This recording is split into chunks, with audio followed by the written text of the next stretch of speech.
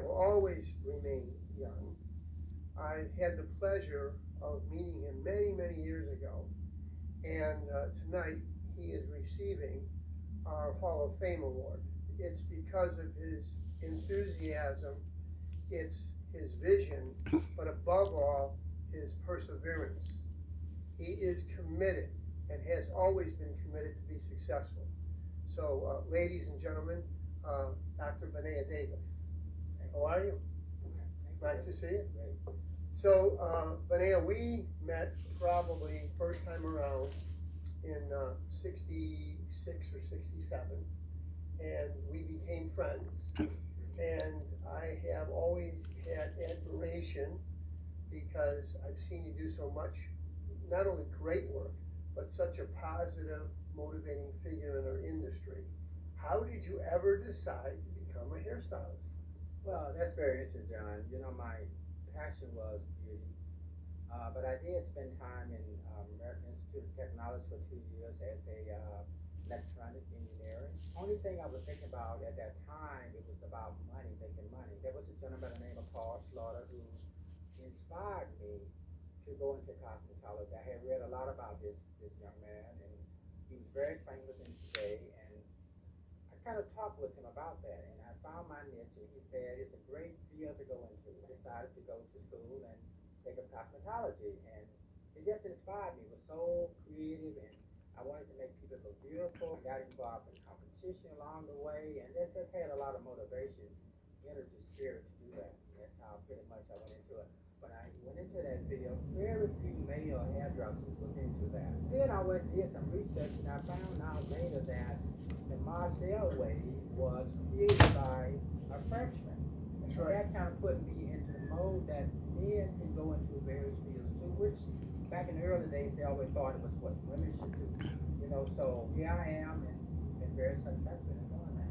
Now, when I first met you, you were aspiring to join the, first of all, Chicago Cosmetology Association, and then from there to move on to the state of Illinois.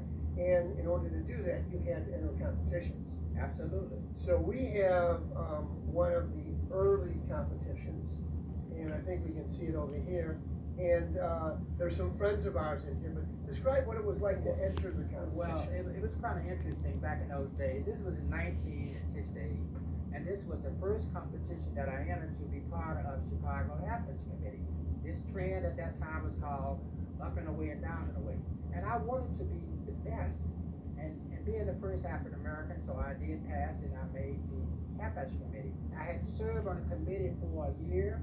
In order for me to maintain that status, I had to compete 3 times in a row, and my goal was to move to the state level. So around 1971, you were now doing the trends. I was doing the trends, Doing absolutely. education, teach other hairstyles. Teaching the hairstyles, absolutely.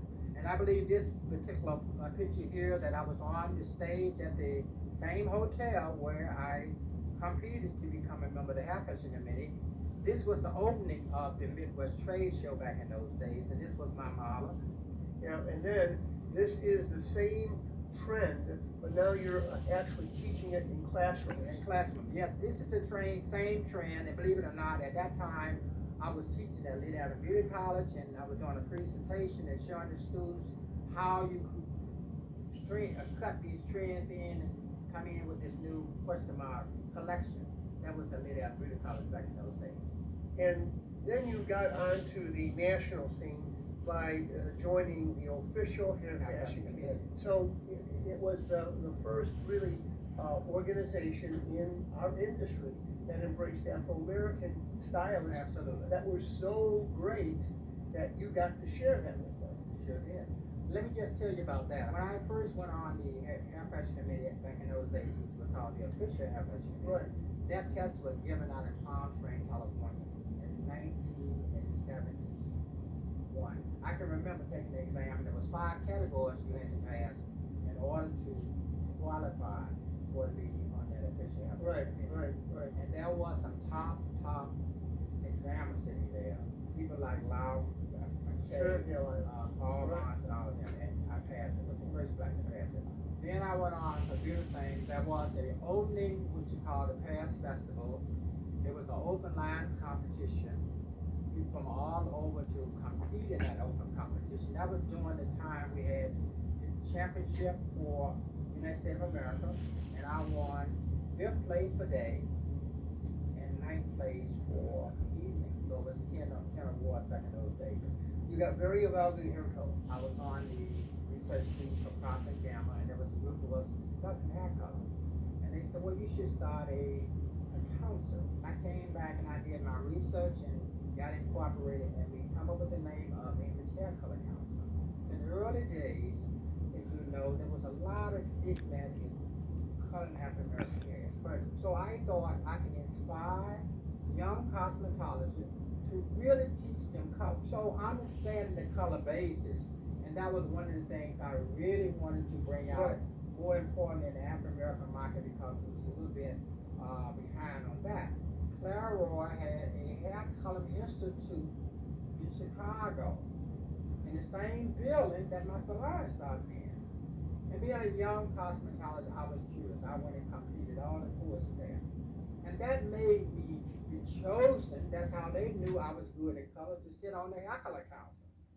So education, what I'm saying, John, is really the key to moving forward to become successful. First, passion. Second, preparation equals success and fulfillment. So that's where I think I moved to where I am today. Well, now, fast forward. You are not retired. You are still cooking. Because what I believe in the fashion and the class act and running salon, I had become very discouraged. And I knew it was time for me to close the salon and move in a different direction because I was bringing people in that was not what the name was about. Right. So I decided to put my resume on the desk, and I was walking out of the store. I get a phone call. And at that time, there was Mr. McGill, who was the manager of the store. He said, "Hey, are you still in the store?" I said, "Yes." He said, "Would you come up and talk to me?" And I did. And I said, he said, "We know who you are. You're very famous. You train some of the people here." He said, "When you're ready to close your salon, why don't you come talk to us?" Well, you know, John, that gave me a really good feeling to know that I'm in my late 70s, I'm on the cutting edge, and somebody will ask me to do that. But hey, it's been a great journey with you, and hopefully, 10 or 15 years from now, we'll be doing it again. What do you think? It could happen, but I don't think so. Well, let's hope. Okay. All right, ladies and gentlemen, we're so proud to have you. Congratulations. Thank you so much. Oh yeah, absolutely.